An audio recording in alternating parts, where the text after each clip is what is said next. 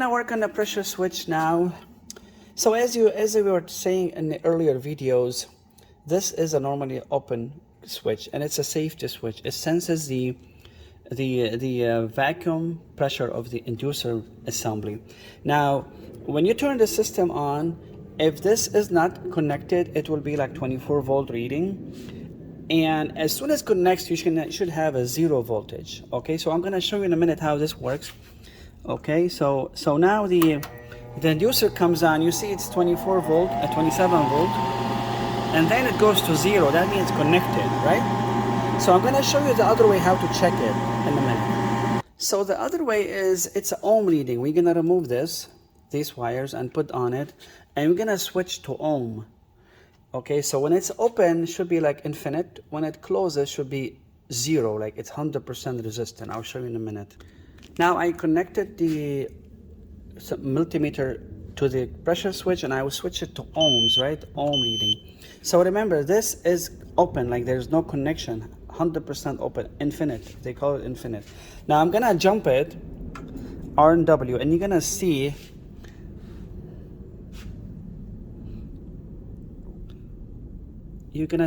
just 1 second. Okay, so as you see, we go from infinite to 0, right? I'm gonna show you one more time. I'm gonna turn it off. See, it goes to infinite. Infinite means it's open. And then we're gonna go back to turn it on. Again, we're gonna go from infinite to 100% resistant. So that means it's working. That's how you check it. And a lot of times, what you need to do, sometimes the switch can be stuck, and I will show you in a minute. So sometimes these are very easy stuff you do. You remove the hose and you blow in and out in it. Don't go crazy. You should hear a click. Sometimes, believe it or not, that switch is stuck. You just have to release it. Again, you go like this. You can hear the clicking, right? So this can help. And then also remember to poke that nipple in here. So there's a small connection here. I mean, that's what I have in my hand now. I use that's an old flame cleanser. So I use it to like poke it. Make sure sometimes something can be stuck in there. And then you put it back. This is one way. The other thing you can do is, again, it's crazy, but it works. A lot of times, you have no idea how many people on the phone. It was like freezing, and I don't want to be late. I wasn't like being lazy, but I try to help them on the phone so they can, you know, when it's cold, you work all day and then you need to relax. So I was in my bed and I don't want to work. I mean, it's crazy. I was up from 7 o'clock in the morning. So I talk to them on the phone. I say, hey, hit on it. They go like this. Sometimes, believe it or not, it works, and you have no idea. There is one guy, not one, some of them, I mean, many of them, they go on the internet and they write a review. Wow, the guy helped me on the phone. I said, I don't need nothing, just, as long as your kids are warm and stuff. And they feel guilty, so they go on the internet. They say, the guy told me how to fix it, and it's just hitting on the. And I told them, grab a pressure switch as soon as you can and get it, because you don't want to take a chance because it's old. So you hit on it. I think that's all the thing you need to know. These things about the pressure switch. Now remember, the pressure switch is basically safety switch. Now remember, in the furnace there are a few switches. These are temperature switches, high limit. This in particular senses the heat exchanger area. Make sure it's not too hot, otherwise it's gonna stop it so you don't have a fire. The other ones monitor the temperature of the heating burner's compartment. Flame sensor just give you basically allow the gas valve to work. So it's a safety switch to the main gas. If there's anything wrong, if the gas is not firing up, it will never let the gas open wide while the gas is not firing. And then you have the pressure switch. Pressure switch is safety switch for the inducer motor only. Make sure the combustion or the vacuum pressure, well, usually it's a vacuum pressure. Make sure the vacuum pressure is healthy enough, is safe enough to run. If anything block the flow pipe, or anything that block this path of suction coming from the burners into the heat exchanger. I will show you the heat exchanger has like a tubular path. It goes like this. So that thing gets really hot and the air goes through it and heats the house.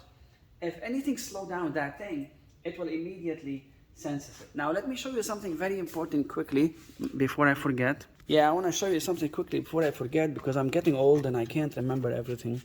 As you see here, the reading, as you see it, it's 2.00 water column.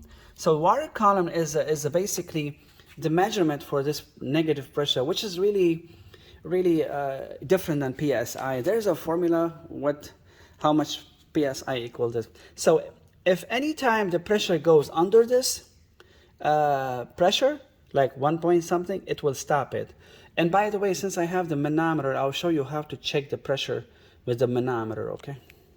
So the other way to check the pressure switch, you need a manometer, and make sure you're gonna put the setting on inch of water column. So it's a water column by inch, right?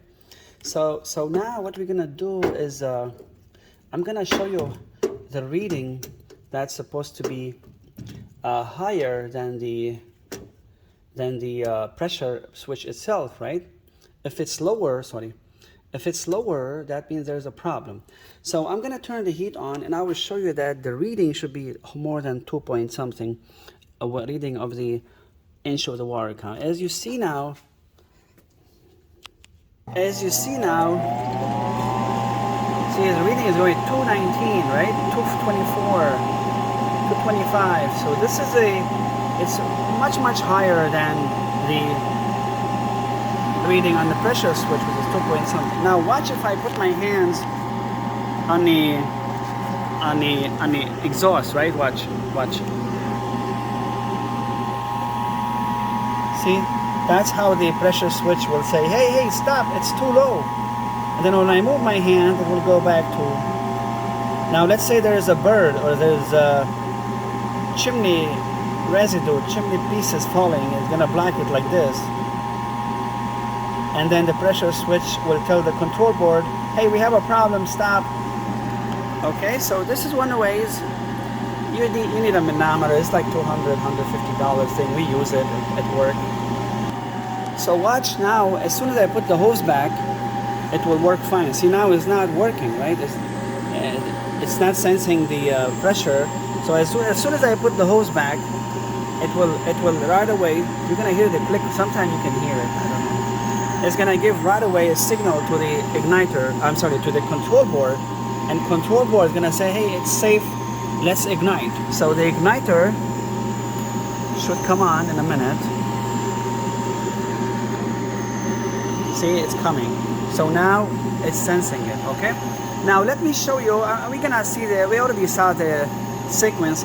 I'm gonna show you what kind of flashing we're gonna get, like error, on this one, okay? So I'm gonna remove the pressure switch. Let's say there's a restriction in the chimney. And then we're gonna wait and see.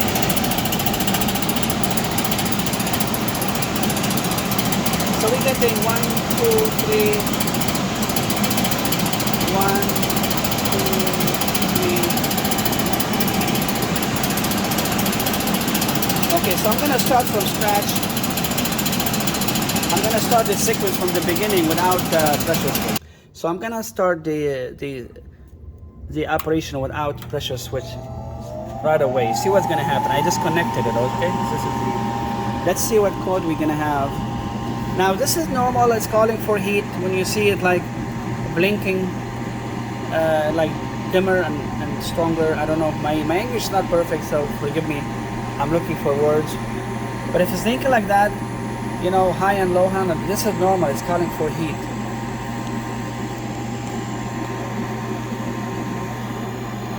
Now it's gonna take a minute, and then it's gonna sense right away there's something wrong with the pressure switch. So we get 1, 2, 3. Okay, good. So 3 flashes means there's something wrong with the pressure switch. Now remember, 90% is not a pressure switch. 90% something wrong with the inducer motor, something wrong with the wheel. It's all has to do with the pressure being not strong enough. Or maybe something clogged in the chimney, the heat exchanger is plugged or dirty. So again, I recommend always do this manometer reading, because if it's low, you don't have to keep changing the pressure switch.